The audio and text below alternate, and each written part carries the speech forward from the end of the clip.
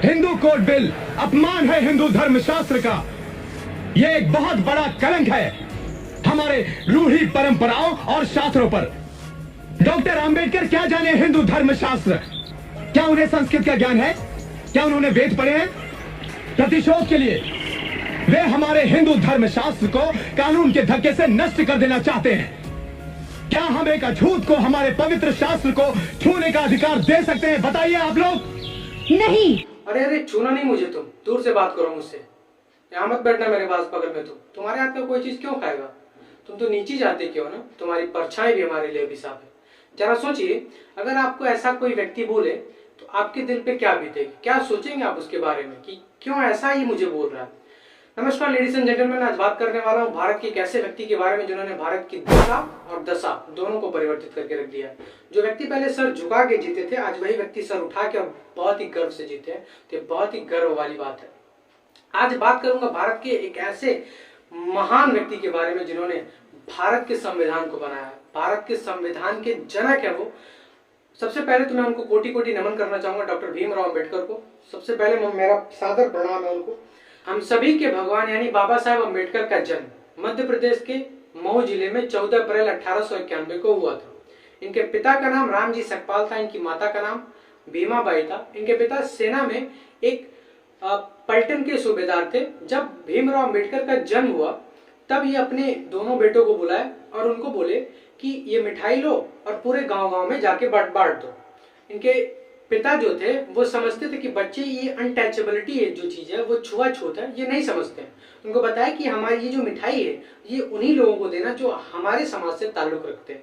तो वो बच्ची क्या किए, मिठाई लेके वो गांव-गांव में जाके बांटने लगे कि हमारे घर एक लड़का हुआ, हमारे घर एक लड़का हुआ। तो गलती से क्या हुआ, एक वो लड्डू था तो एक ऊंची जाति के लड़के को वो लड्डू दे दिया। तभी उसके पिता वो लड्डू मारे, जमीन पे गिर गया, पूरा बिखेर दिए और वहीं खेत उसको नहला दिया, उसका शुद्धिकरण कर दिए। तो आप सोच सकते हैं इस तरीके की मेंटालिटी रही होगी उस समय में कि एक बच्चे के हाथ से एक बच्चे को मीठा तक, एक लड्डू का टुकड़ा तक नहीं देने देते थे। इस तरीके की छुआछूत की बीमारी थी, ये बहुत घातक थी उस समय में। सर वहाँ के अध्यापक थे, इनको बाहर निकाल देते थे, कक्षा में बैठने की अनुमति नहीं थी। क्यों? क्योंकि ये नीची जाति के एक अछूत व्यक्ति थे जो उनको अच्छा नहीं लगता। जहाँ किताबें रखी जाती हैं उसको अपने कमीज से वो जगह साफ करते थे, इतना जुनून था। लेकिन आज के समय में ये चीजें नहीं दिखेंगी। आज बच्चों को किताब नहीं, मोबाइल चाहिए, 100% फोन चाहिए। उनको फोन साफ और सुथरा रहना चाहिए, क्लीन दिखना चाहिए। किताब रखने वाला जगह भले ही खराब रहे। एक दिन क्या हुआ बाबा साहब के साथ, बाबा साहब अंबेडकर इतना अत्याचार से, अगर हम होते उस समय तो हमारी रूह कांप जाती। चपरासी जहाँ पढ़ते थे, चपरासी साला जिसकी औकात नहीं है कुछ, वो पानी तक नहीं पिलाता था। बाल काटने वाला ढंग से बाल नहीं काटता था, छूता तक नहीं था। हम तुम्हारे बाल क्यों काटे? तुम तो नीची जाति हो, हम तुमसे बड़ी जाति के यार, इसीलिए तुम साले बाल काट रहे हो। ठीक है। तो रिक्शा वाला जो होता था, बैलगाड़ी वाला, वो अपने बैलगाड़ी पे नहीं बैठाता था। अगर गलती से बैठा भी लेता था ना तो एक्स्ट्रा चार्ज करता था, डबल पैसा लेता था। हम गुलाम क्यों बने? सबसे बड़ा कारण क्या है, ये सोचने वाली बात है। सबसे बड़ा कारण सर ये है, हम गुलाम इसलिए बने, एकता हमारे अंदर नहीं थी, हम एकजुट नहीं थे, हमारे अंदर इक्वालिटी नहीं थी, अनइक्वालिटी थी। इसीलिए अंग्रेज हम पे इतना शासन किए। हम बहुत पहले आजाद हो गए होते, हमें तो आजादी 15 अगस्त 1947 में मिली, हम इससे पहले भी आजाद हो गए होते। अगर हमने एकता दिखाई होती, इनके खिलाफ लड़ा होता दबा के, और एक दूसरे के प्रति जहर नहीं घोला होता, सबसे प्रेम की भावना रखा होता साथ में, तो हम बहुत पहले आजाद हो गए होते। हम गुलाम ही नहीं हुआ होते अगर ये कंडीशन ना होती। तो अंग्रेज जब भारत में आए तो उन्होंने देखा कि यहाँ के लोगों की सबसे बड़ी मानसिकता क्या है। उन्होंने पाया कि यहाँ पे सबसे बड़ी मानसिकता है कि ये सारे चूतिए हैं, ये एक दूसरे के खून के प्यासे हैं, इन लोगों में आपस में पड़ती नहीं है, धर्म के नाम पे, जाति के नाम पे हमेशा ये लड़ते रहते हैं। यही सबसे बड़ा और सबसे अच्छा मौका है इन लोगों पे शासन करने का एक लंबे समय तक। समाज की समस्या क्या है आज के समय में? समाज में अनपढ़ लोग हैं, ये हमारे समाज की समस्या नहीं है। लेकिन जब समाज के पढ़े लिखे लोग भी गलत बातों का समर्थन करने लगते हैं और गलत को सही करने में अपनी बुद्धि का इस्तेमाल करने लगते हैं, तो ये हमारे समाज की सबसे बड़ी समस्या है। There are illiterate people in the society, this is not the problems of our society, but when educated people in the society start supporting wrong things and also use their minds to correct the wrong, then this is problems of our society, my dear friend, ladies and gentlemen. एक बात याद रखिएगा, बाबा साहब अम्बेडकर कहते हैं कि अगर अन्याय लड़ते लड़ते आपकी मृत्यु हो जाती है तो आपकी जो आने वाली पीढ़ी है वो इस चीज का बदला जरूर लेगी। लेकिन अगर अन्याय सहते सहते आपकी मृत्यु हो जाती है तो आने वाली आपकी 7 पुश्तें अन्याय सहते रहेंगी और उनका भला कभी नहीं हो सकता।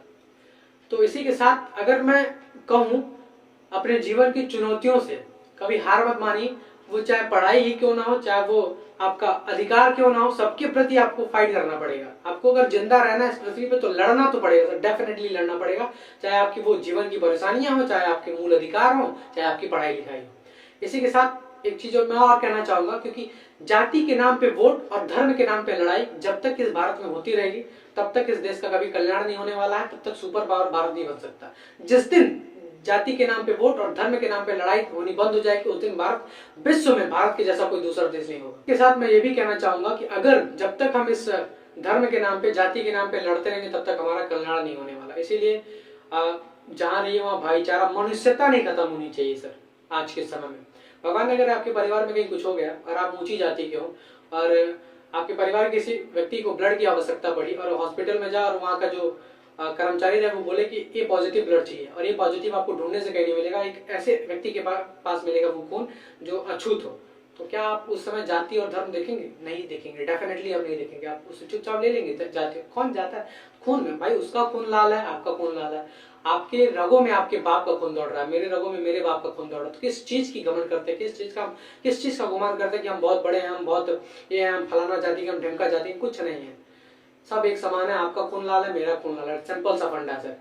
तो इसीलिए जब तक जातिवाद की समस्या नहीं खत्म होगी भारत से तब तक हम स्वतंत्र नहीं होंगे। हम कहने को तो हम स्वतंत्र हैं, अभी कहाँ स्वतंत्र हैं, हम स्वतंत्र नहीं, सब में एक दूसरे से बंधे हुए हैं। हमारे धर्म को कहीं उल्टा सीधा कोई बोल देता है तो उसके खिलाफ हम हो जाते हैं, जाति के खिलाफ उल्टा सीधा बोल देता है उसके खिलाफ हो जाते हैं, मारने पीटने में खटने काटने को उतार हो जाते हैं।